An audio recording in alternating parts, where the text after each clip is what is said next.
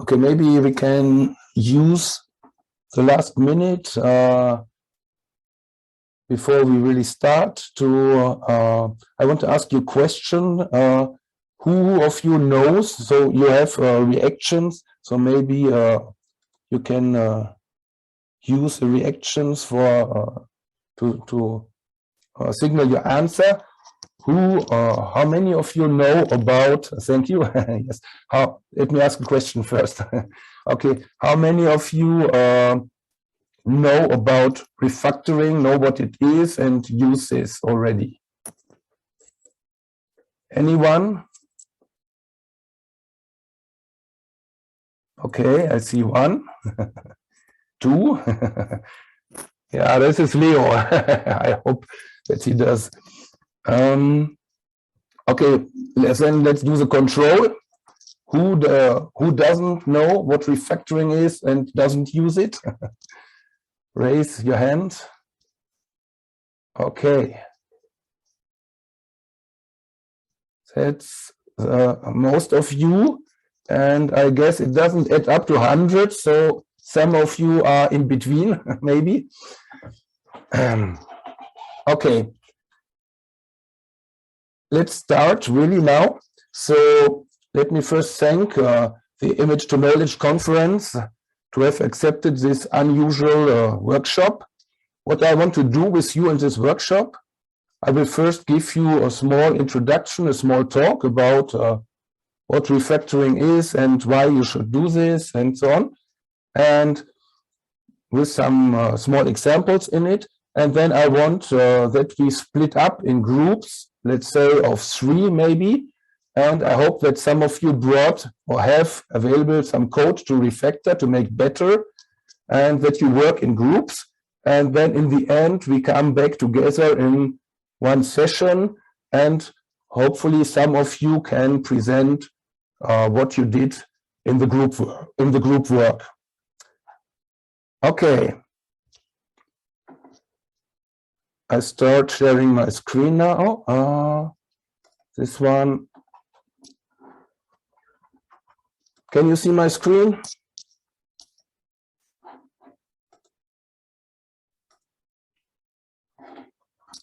Okay, I don't know. I hear no reaction. Can someone say something? So. Yes. Okay, great. Yes. We can see your screen.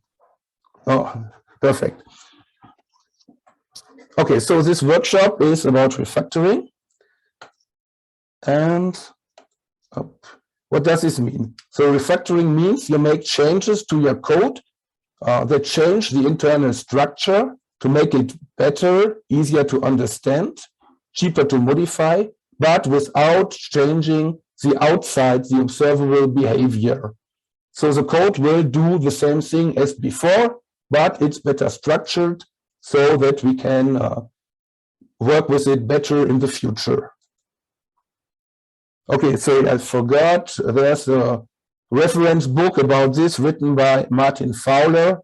It's quite old, but there are newer editions, of course, of this, updated editions. So when should you refactor?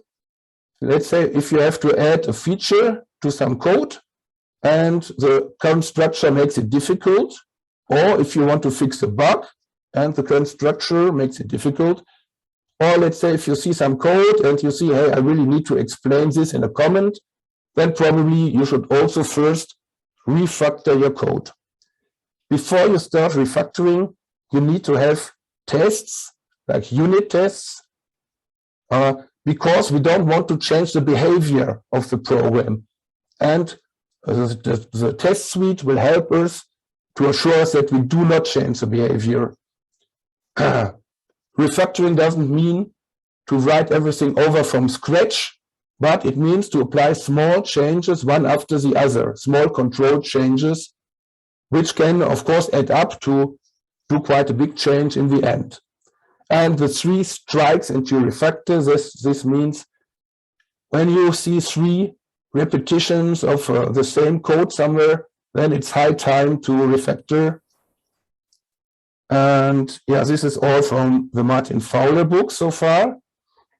Now, why should you do it? It improves the design of your code of your software. It will make it easier to understand. This will help you to find bugs and other problems, also to maintain the software. And you know, even if you're talking about macros, about small things, they tend to live longer than expected in the beginning. And yeah, also you can then go on faster if you have to build on this code. So when we refactor, we want to remove so-called code smells. What is this? These are problematic things that we did. There's no shame in it. I mean, we all try to do the best, and this is why we do the refactoring, to make it better afterwards. So smell is, for example, we have the same 2 lines, duplicated code multiple times. So if we want to change, we have to find all occasions, all occurrences. This is the code smell. So the refactoring could be to extract the method of this code and then call it from the different occurrences. If we have methods with a lot of lines, long methods, then we should probably split it, or we can say functions as long as we're in macros. Then we should split it into multiple. Of course, each of them should make sense by its own. We cannot just split it into something that doesn't make sense on its own. That wouldn't be good. Now, if we have a lot of parameters, that's also difficult to handle. So if you're in object-oriented code, we could create a parameter object to solve this. If we have very big classes, the same, we can split it, create a class hierarchy eventually. And yeah, if it's too general, the names, for example, don't really fit. They're too general when we rename things. And also, we should use self-explaining names to understandable names. Sorry, is there a question? I heard something. No? Okay, then, okay, what does long, large here mean? So there is this funny meme about 7 plus minus 2. So if you have a function, you should not have more than 7 plus minus 2 lines in it. If you have a class, you should not have more than 7 plus minus 2 methods, and so on. So sorry, someone has a micro open. I don't know if there's a question or if it's unintentionally. Okay. So, okay. So where does this 7 plus minus 2 come from? There was a psychological study that states that this is the number of things we can keep in our mind in the same time, right? Okay, of course, if it's a number of positional parameters, then it's really the combination that counts. So more than 3 would be very hard to handle. So there are software engineering principles, and what we want by refactoring is to make our code adhere to this more or less. So this is just the other way around to these things we already talked about. We have to control redundancy. We have to have small units. We should write for the human reader, use self-explaining names, no abbreviations, except if there really is a standard in the domain that we are programming in, that we're talking about, and avoid clutter like prefixes that indicate type or scope. These days, we really don't need this kind of stuff. So Andy Hunt, who wrote another amazing book, The Pragmatic Programmer, he compares programming to gardening. He says programming is more like gardening than engineering. First, you make a plan of how you want your garden to be. Then you implement it and you find out it doesn't look like you planned. Some plants got bigger than they thought, so you have to cut them down, prune it, split them, maybe move them around. Some plants in the back of the garden died, so you throw them on the compost pile, and these flowers, they don't look like was written in the catalog, on the photo in the catalog, so you have to move the flowers to the other flowers next to which they look much better. So this is, of course, a metaphor for programming when we're applying refactoring, right? You got this, I guess. And yeah, this metaphor comes from this interview. You see the link here. Okay, now I will just give you a very quick example. I have this macro toolset tool from a long time ago, which is to analyze scratch assays. So you have a tissue where you make a gap, and then you measure the speed with which the gap closes. This is what the tool does. And yeah, oh, sorry, I have to go back one step. Here in the top, you see the link. Maybe I should copy this. Okay, after the presentation, I will copy this to the chat so you can go to this GitHub and see the whole code. So the first thing, we need to write unit tests. Now, if you're in a macro, we don't really have a framework, but we can write functions for this and a function to call them. Better than nothing.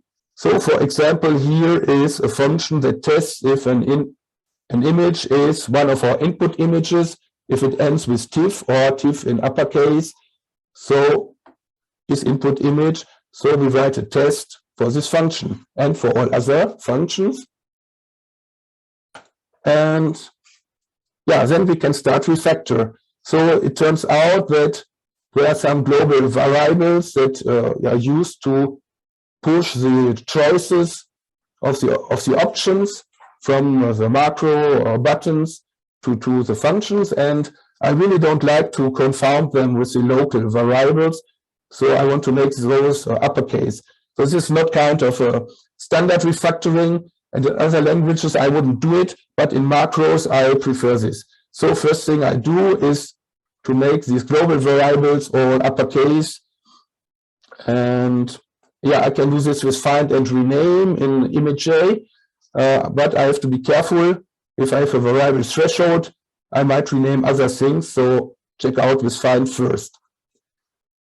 Yes, it went in the wrong direction, I don't know why. Okay, now I find some unused code. If I look at it, find again reveals that these get pixel size unit, pixel width, pixel height, they're never used, so I will remove this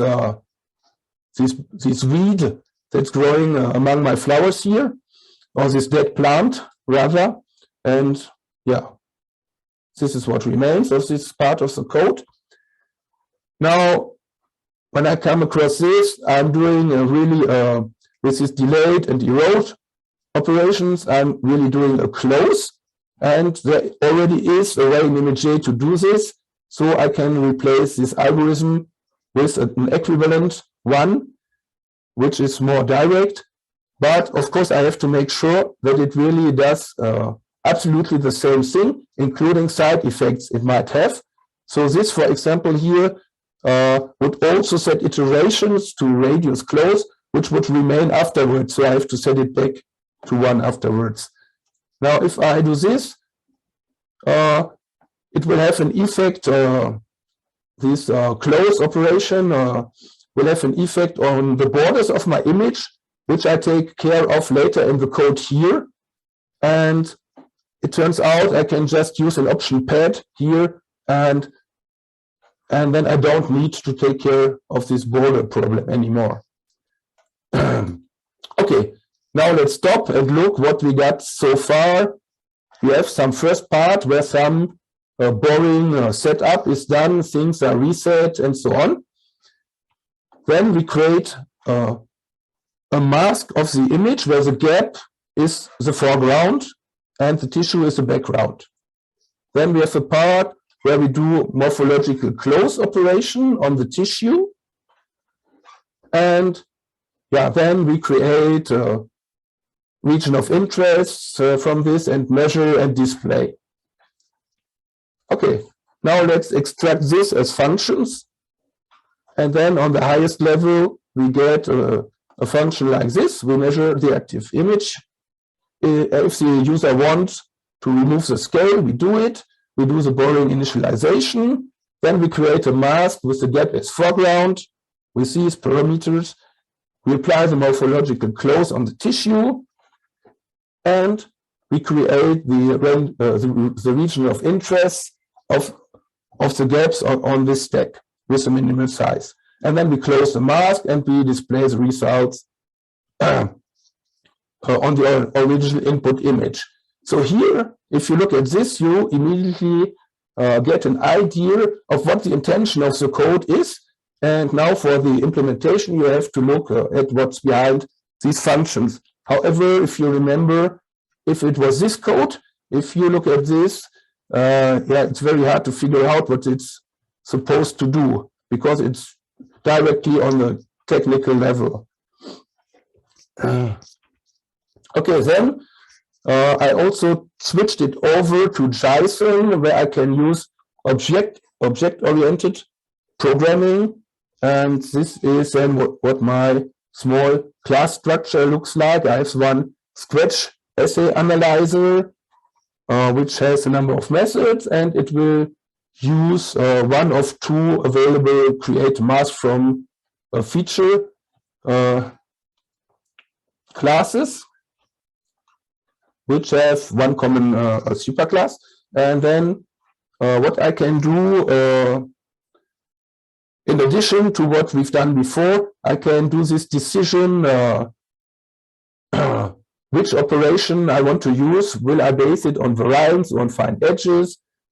I can do this in the setup phase and just create the right object for this and set it in my analyzer object, and then it will use this one and not do this somewhere in the middle of the code, which also I think is a better structure. So now, first, let's answer some questions, and then we can go to work ourselves. Okay, do you have questions?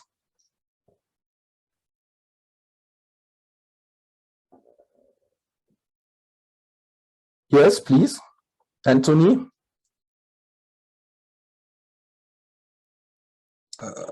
Oh, sorry, I just tried to unmute. Can you hear me now? Yes. Hello, hi. Thanks for that really great talk. I have to admit, I'm not a programmer by trade, but I've dabbled in it. So you clearly know a lot more than me. But I'm actually very interested in the impact this might have on the efficiency of a program and its memory footprint, because some of what you defined seems to be about cleaning up the code and making it more readable, which I know is very important. But I'm wondering, how important is the compiler in all of this, especially in like plugin development and Java code? Because my understanding from doing some reading is that a lot of stuff that used to have to be engineered into the code is now done on the back end during compiler, because it identifies things that could have been optimized better, and then it makes the changes kind of automatically. Is this a big factor, or should we? I mean, I know we probably should still try to attain everything you're describing. Okay. Yes. If we're here in image analysis, so I'm like more bioimage analyst. I'm not writing the hardcore analysis, low-level code. Generally, I use this from libraries, right? And as a bioimage analyst, I'm mostly connecting different existing workflows and algorithms. And of course, at this high level thing, it doesn't matter if you call 10 functions or one. It's if you're in Java, this is optimized away completely. But even in an interpreted macro, it makes no difference. But if you're, of course, in the inner loop, you want to process thousands of images, which are 4D, and you iterate over each pixel, right? Then probably every little speed improvement will be important in this point. So the thing is there, you will probably not do the same kind of refactoring at that level. You will just try to write your code as clean as possible. Of course, the length of your variables, the length of your names, that doesn't matter. So you can use self-explaining names and things like this. But it's at that level. So what is recommended is to do one human understandable version and then go and optimize it for speed. Does this answer? Yeah, that's amazing. Thank you. And just one quick question then as well. Would you recommend any tools to aid to automatically flag these kinds of things? Because I know at least for the the variables that you might not use, most IDEs already flag these, but maybe you have some other cool tools that you use regularly. Yeah, completely. I mean, if you're the thing is, I think that a lot of people in the ImageJ community use the script editor and these things, and we don't have all the tools available really there. But you have also command line tools already, like, you know, links to check problems, to find your code smells, and yeah, you don't really have the refactoring tools there. But if you switch to like if you're writing Python scripts, then you can switch to some Python editor or Python IDEs that will probably help you with refactorings. And in Java, if you use like Eclipse, that is really has a lot of things to help you to do refactorings. You can select some code and say extract function, and it will do everything automatically. Thank you. Okay, I want to stop my presentation. So, okay, who of you has code available that he can refactor now with help of others? Please raise your hand. Volker, I think there is other question maybe, or there is a question in the chat in the chat windows. Yes, we can. We can still do 10 more minutes of questions. Okay, what do we have in the chat? In the chat, yes. Yes. What languages are? Okay, the code is already, the link is already there in the chat. That's good. So if you want to see the whole code I talked about, you can go to this link. Okay, the question: what languages are the most and least appropriate for such approach?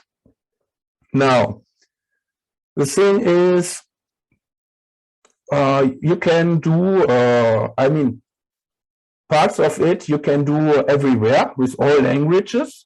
You should also do in a macro language. Of course, in the macro language, the only thing available as a unit that you have is functions. So you cannot do object-oriented programming or the refactorings. Refactoring comes really from object-oriented programming, right? The whole idea, Martin Fowler and Kent Beck and all those guys who invented this. So most appropriate, I would say, are object-oriented languages. So if you have Python code, if it's written in object, it doesn't have to be in Python, but if it is, or you can refactor it so that it becomes, that's appropriate. And of course, Java is object-oriented, more or less, so you can, it's appropriate. But of course, refactoring applies to all kinds of languages and all paradigms. It's just different in like functional and imperative languages, and has been written a lot more about refactoring in object orientation, and it has been invented in this context also. Does this answer this question?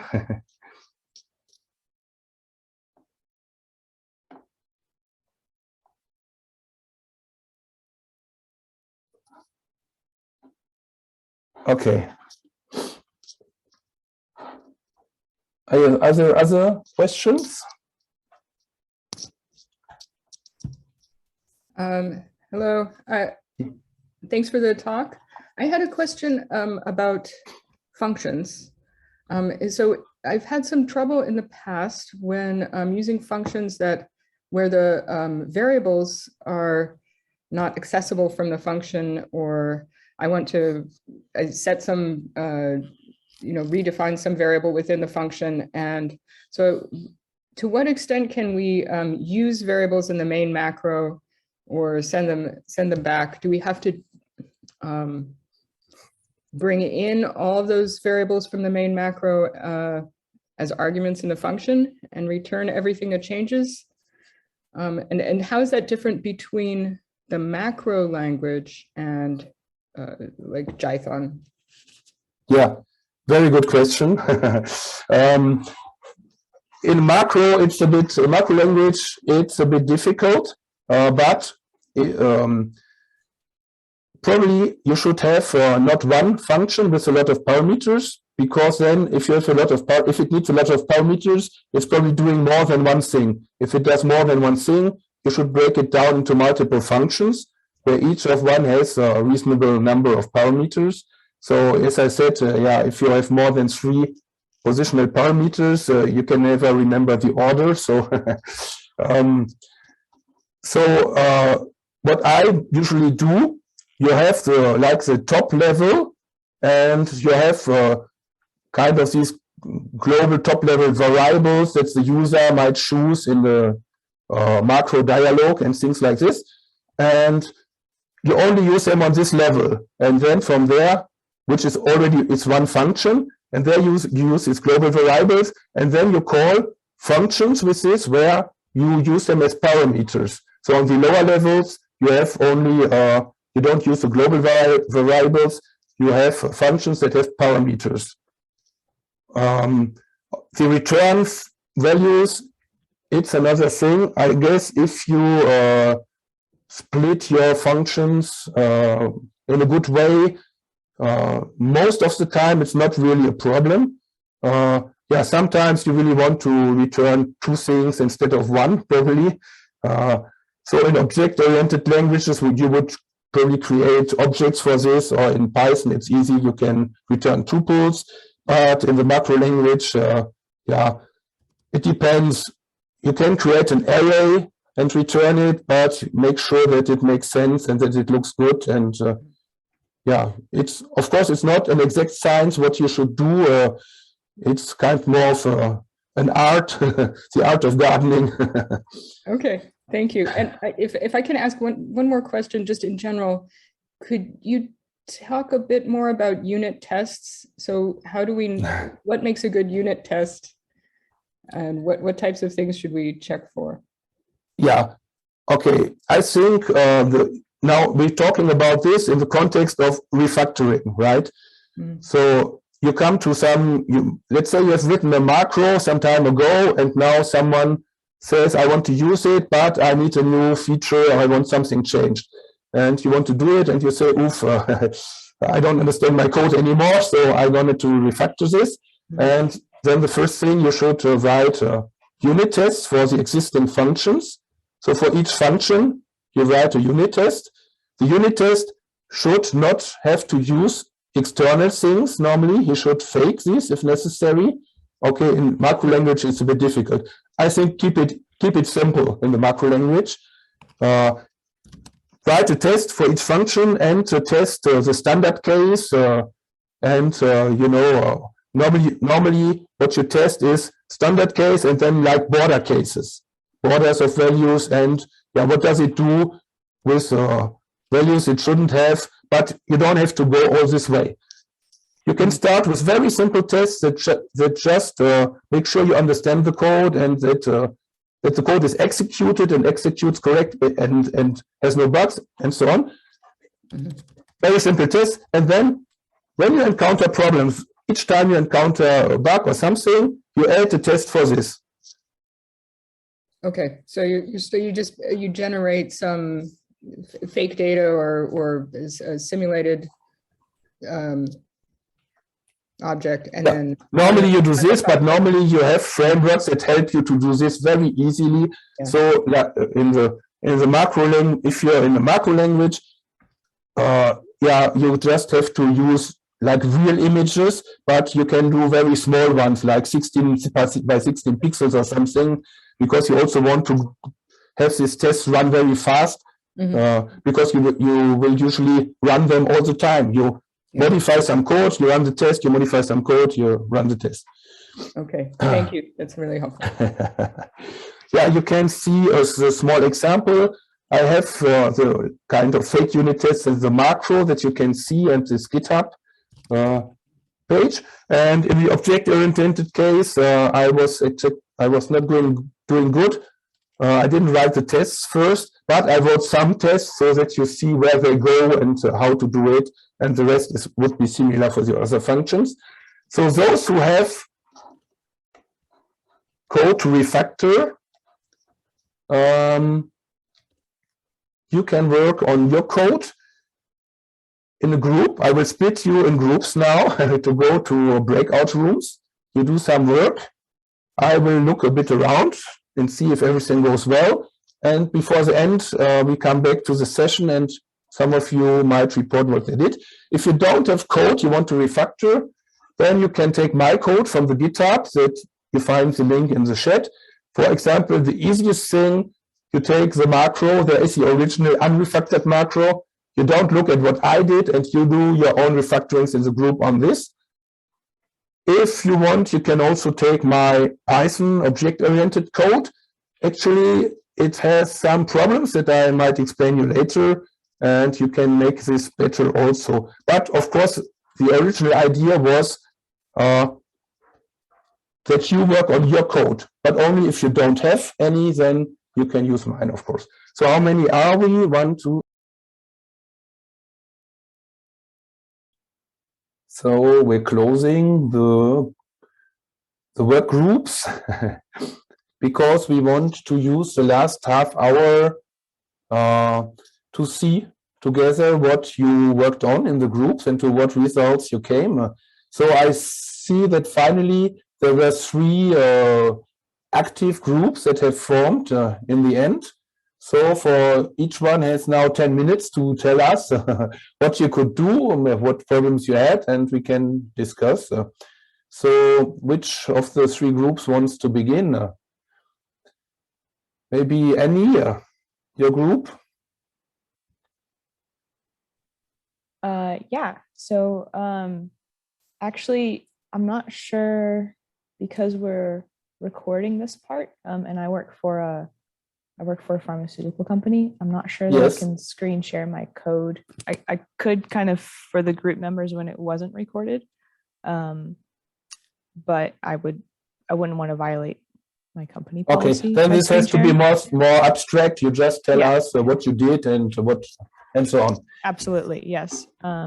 So I basically I just had a macro where all of I had commented the blocks of code, but it was all just running linearly and there were no functions at all.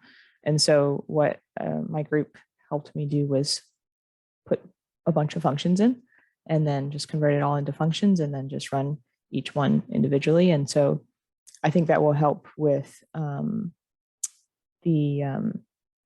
right now I'm the only one who uses the code, but I think eventually if other people start wanting to use it who maybe aren't quite as scripting inclined, I might be trying to beef up the user interface a bit more.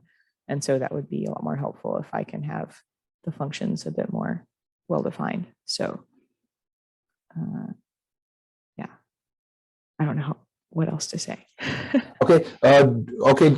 Did you just take the code, the parts of the code and put them in a function, or could you also remove some duplicates due to this? Maybe did you find things you could put together in one function and call it with the parameter, or was it just you started and you took the code as it was and you put in functions? Yeah, it was mostly putting functions in. There were a couple of times where I was like, I guess sometimes we were debating about like global variables versus local variables and whether to have I have quite a few global variables defined in the beginning, and that's the way that I wrote it originally, because again everything was all in one list essentially. Yes. But so should I be taking some of those global variables out and putting them in and so the way we ended up doing it, just kind of for time's sake, was just putting them into functions and leaving the global variables global. But I think that was an option we were talking about, is maybe moving things a bit more locally as well. Okay, and the naming, Yeah, the naming I did like the camel case for the global variables, and then the few local variables I do have was just lowercase. So yeah, it did make it more clearer. Yeah, okay. Also for the functions, you have to find names now, right? For each function. Yeah, thankfully, because I don't know, on a wild hair a week ago, I decided to comment this script, even though I'm the only one who uses it. So thankfully, I could like look at the comments and pretty easily come up with the name that I think was pretty descriptive and somewhat long. Okay. So, I mean, really, it's a bit personal preference maybe, but you should not be afraid of long names, as long as they make sense and you can read them good. Because anyway, we have code completion, so it's not a matter of how much time it takes to write this, right? Yeah, I tend to put long names in and then I get ashamed of them, but maybe I'm glad that this is a thing.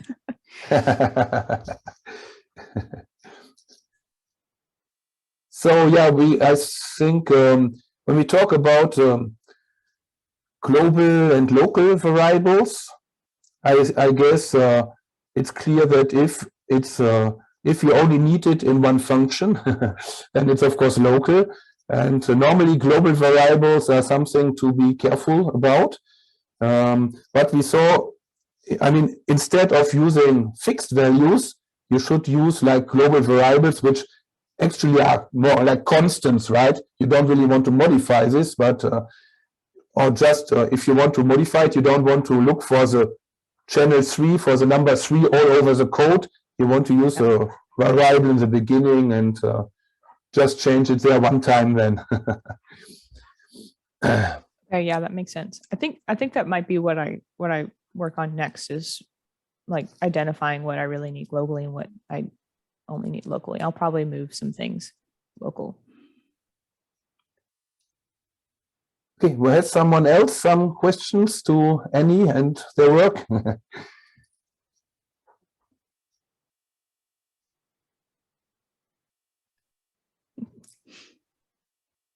Or maybe someone else from your group wants to add something? Vladimir and Anthony were super helpful, so thank you. Okay, thank you then. So the next group, who's this? Like, who wants to be next? Nicola, maybe? Yes, no problem. First, I want to thank you, Volker, for organizing such a thing. It was really helpful for me. And I want to thank Ofra and Leo that helped me with my code. I was exactly like Annie. It was one block with many blocks of comments. Excuse me, Nicola, do you mind that we see your code? So you could maybe share your screen so that we, no problem. That we see what we're talking about. There is no problem for showing my code. Here is my code. So it's a 600 line of code. And there is many, what we notice, for example, there is many repetitive actions first. I know that I need to go deeper into functions, yet I'm not really in use with functions, so I have to learn more about it. So I know that I can change things about my code with functions and creating functions for many things here, and this is what we see with the people of the group. But there is other things that are really, really cool for me. For example, we see that some of the time in the code, for example, here I create 3 different blocks that could put in only one big windows for, instead of asking 3 windows of the users, only one window where we ask where is the raw data folder, the bacteria folder, the primary cilia folder. It's in only one big window. It could be easier than to manage for the people. And then the save folder, again, these windows of asking the distance from the cilia measurement could be asked in the same windows.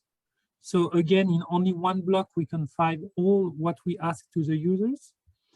A very cool tips that Ofra gave me is she saves in a text folder in the result table all the variable of the user enter. Like that, for reuse it, you find what the user puts in the variable when you use the macro. And this is something I never do, but it could be very interesting to do after, for just understanding what the user do for debugging, for example.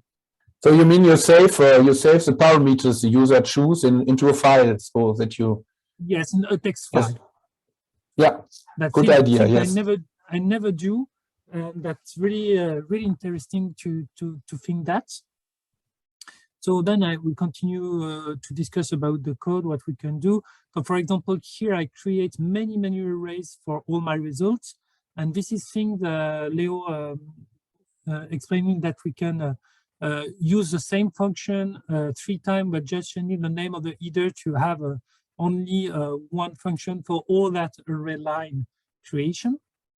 So reducing again and having a more easy understanding of the code. And again, there is something that we can put, for example, here, it's counting bacteria here. For example, it's a labeled bacteria image. So just to know how many bacteria there is in the image, I just take a measurement, take the min-max measurement, and put my min-max measurement into my array. But here, Ofra explaining that there is, in one line, we can have exactly the same result instead of 3 lines by putting the good function, by using the good function. So continue to reduce, and this is, I do exactly the same things for the cilia here. So this is thing that we can put into function again. Wait a minute, please. Can you go back to this? Yes. Why is this indentation so strange, like going to the right there? The indentation, yes. It's just for me. It's something that is on this image I open.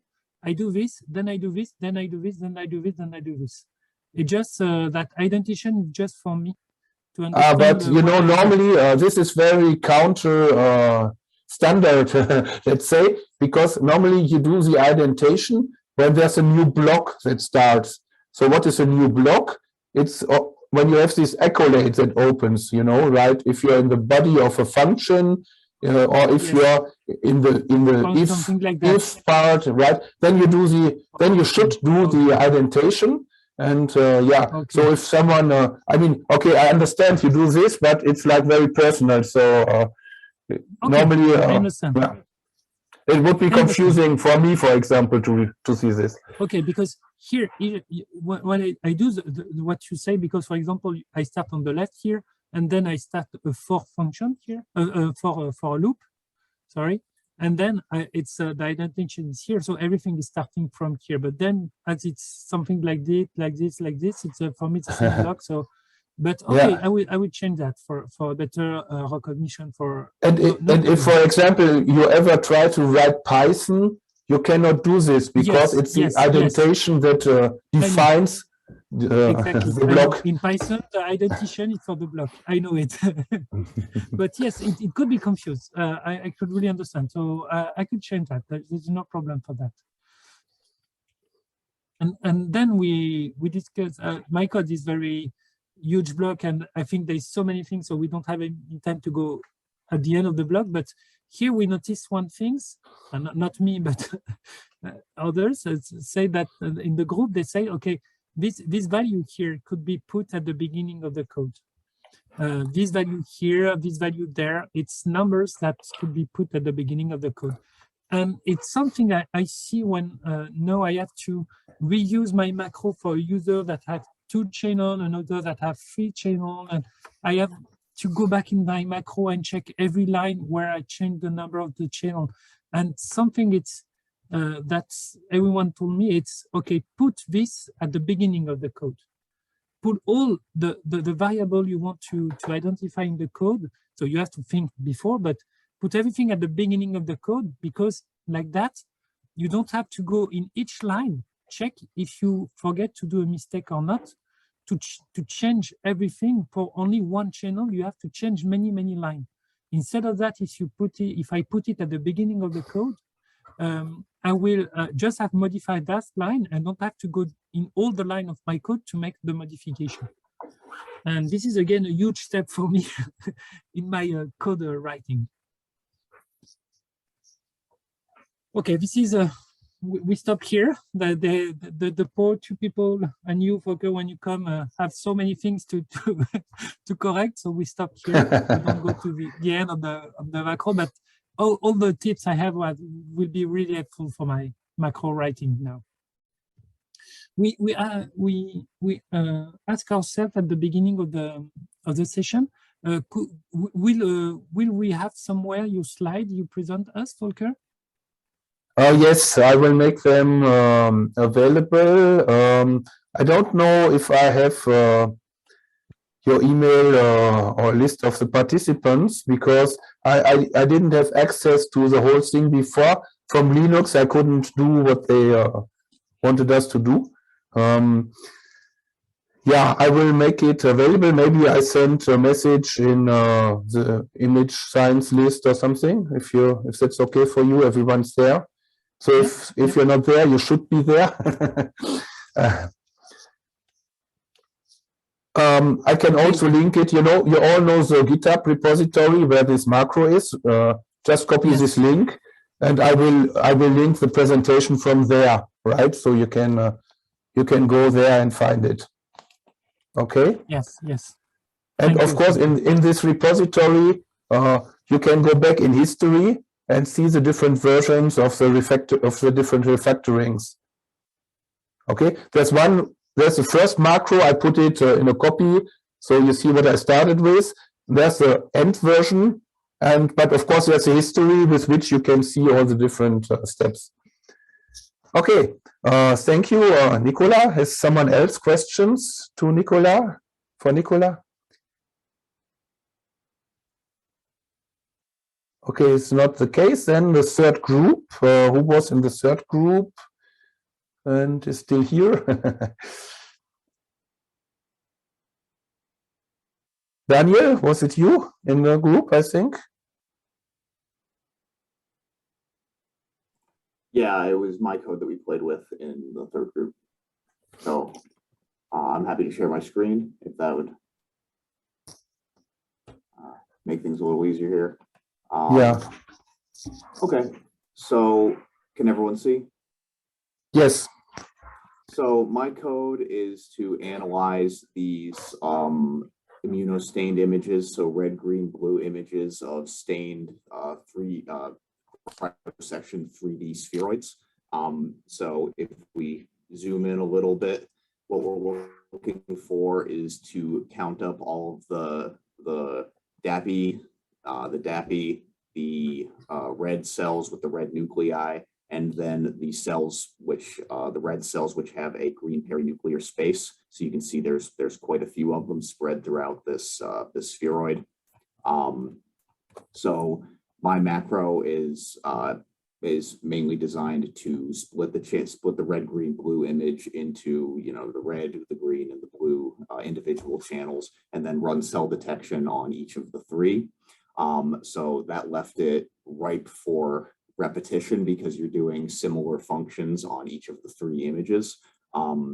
So one thing that we were able to, so this code at the very top of my macro here is what we came up with, mainly what Arnim came up with, where he was able to identify a few areas of repetition throughout the code, where instead of where I would have the same type of code where I would convert the whatever thresholded images to a mask, run a watershed to split up any touching cells, and then run our analyze particles function to actually create ROIs over the individual cells. And this sort of function was repeated 3 times throughout the code, and we were able to come up with this function, which we could just sort of punch this count ROI function in after we set the parameters for detecting cells in that particular channel, and then it would run through, detect your ROIs, And then if there were any ROIs detected, it would save the ROIs in a directory so that I could go back through afterwards and QC to make sure that everything that I detected actually seems to be legitimate. And then close save image and be ready to move on to the next channel.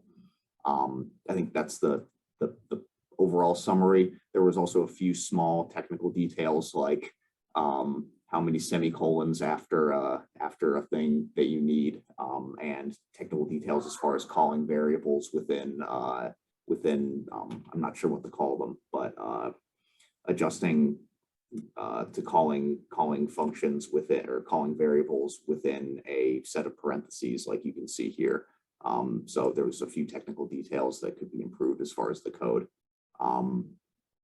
That was a very quick overview of everything that we covered. If anyone has any questions or any comments, I'm happy to address them or answer them.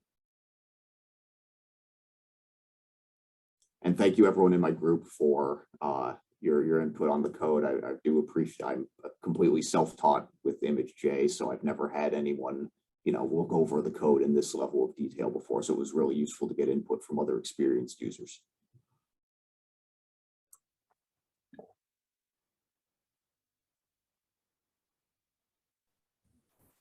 I've got a question about the function. You put the function at the beginning, but it's just not about all. It's more general question for everyone.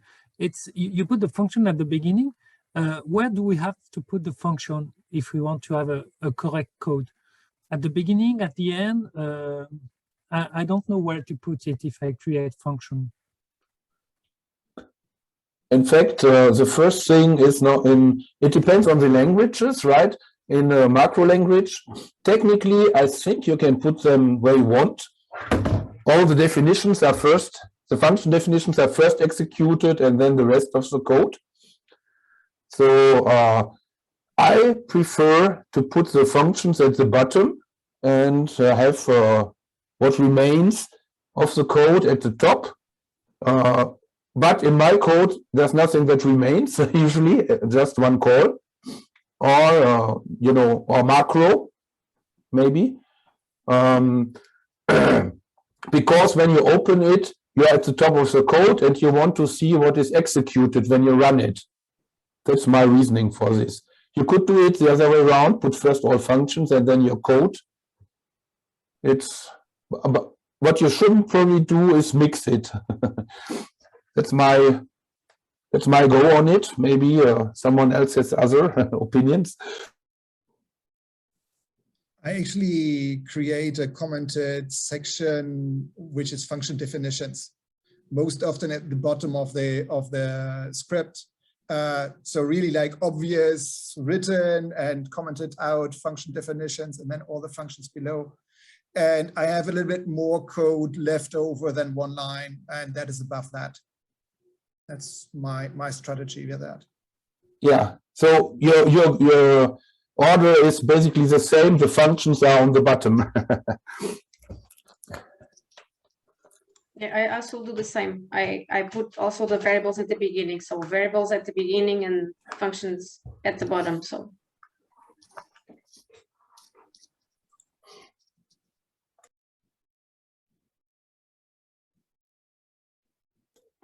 Okay, there's one thing I forgot to tell in the first comment session. Of course, it's a good idea to use source code management when you do this. Sorry. Of course, it already is for just writing the code. But if you do, of course, refactoring, then it's also very useful to have the trace of everything you did in the version history. So I don't know if you're familiar with this, but it's probably a good idea to put everything in Git, and after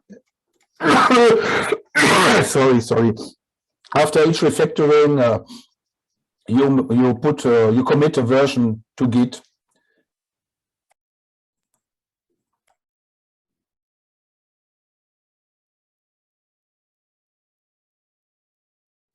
So is someone, are you using some source code management, or yeah, some of you do, others not. I really would advise those who don't to to learn to do this. It's very useful. Also, you don't have the problem to have my script version 1, or version 1.2, version 1.3, and then you don't know which was the good one anymore. And you start your next work from the wrong version and everything is messed up. This will never happen again with source code management. That's not completely true. I had this even with Git running in the right direction. It is quite a bit of a learning curve, and in the beginning, quite an overhead. Not just in the beginning, it's actually constantly quite an overhead. And for throwaway code, I know there's no thing like throwaway code. I'm still going with version 1, 2, 3, 4, 5, and that works as well. But for the bigger parts, the bigger code pieces, yeah, Git is a good thing. I guess it's really in the learning phase that this can still happen and that you think it's overhead. For me, it's really no overhead at all. It's I mean, at least every evening I send everything I did to Git and to GitHub, and it's just pushing one button, so more or less, or So maybe we should have a class or a workshop on Git as well in a framework like this, because for me, it's not one button to push. It's at least 4 lines to type, and it's overhead. Okay, if type, then okay, you should use a good normal shell which has a memory, so already, right? I don't know if you're under Windows or not, probably, which is not so nice. But I'm working on Linux, and in the shell you have everything in the history, so it's just cursor up, enter, and everything is done. Even if I do not automate it more, which I can also do, like having a tool button to do it automatically, completely. Yeah, we can do another workshop about this sometime. Yes, that's a good idea. Yes. Okay, then I think we are done for today. Unless you have, we have 3 minutes if someone still has questions.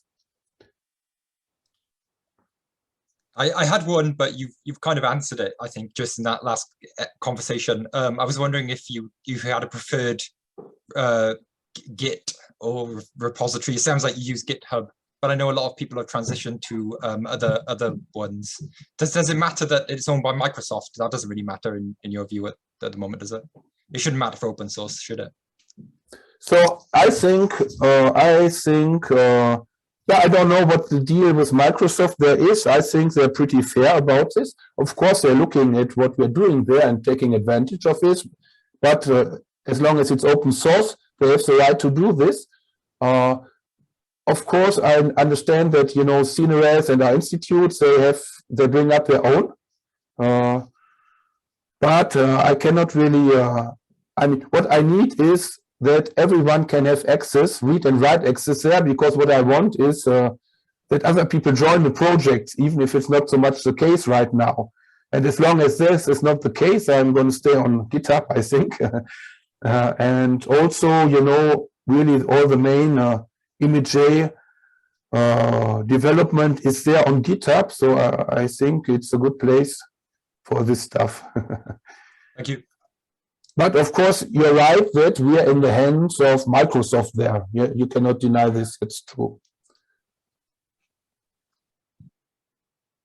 But then on the other hand, I mean, of course, I have of most of my repositories, I have my local copy. That's the advantage of the distributed system. So if ever GitHub disappears tomorrow, it's not such a big problem. I can just push it to some other forge. I'm more worried about Stack Overflow disappearing, to be honest. And of course, in reality, they would give you some time to migrate if this would happen, right? So probably. Okay, maybe we see I see you in some other sessions in this nice conference or in the Gazette Town later in the bar or somewhere else. So yeah, thank you. So excuses for the little technical problem where you couldn't share the screens. This was a moment where I was very afraid that it would not work at all, but finally it worked out, so that's great. So thanks, and yeah, bye. Yeah, thank you. It was great. Thank Thank you. you. Thanks, everyone. Thank you.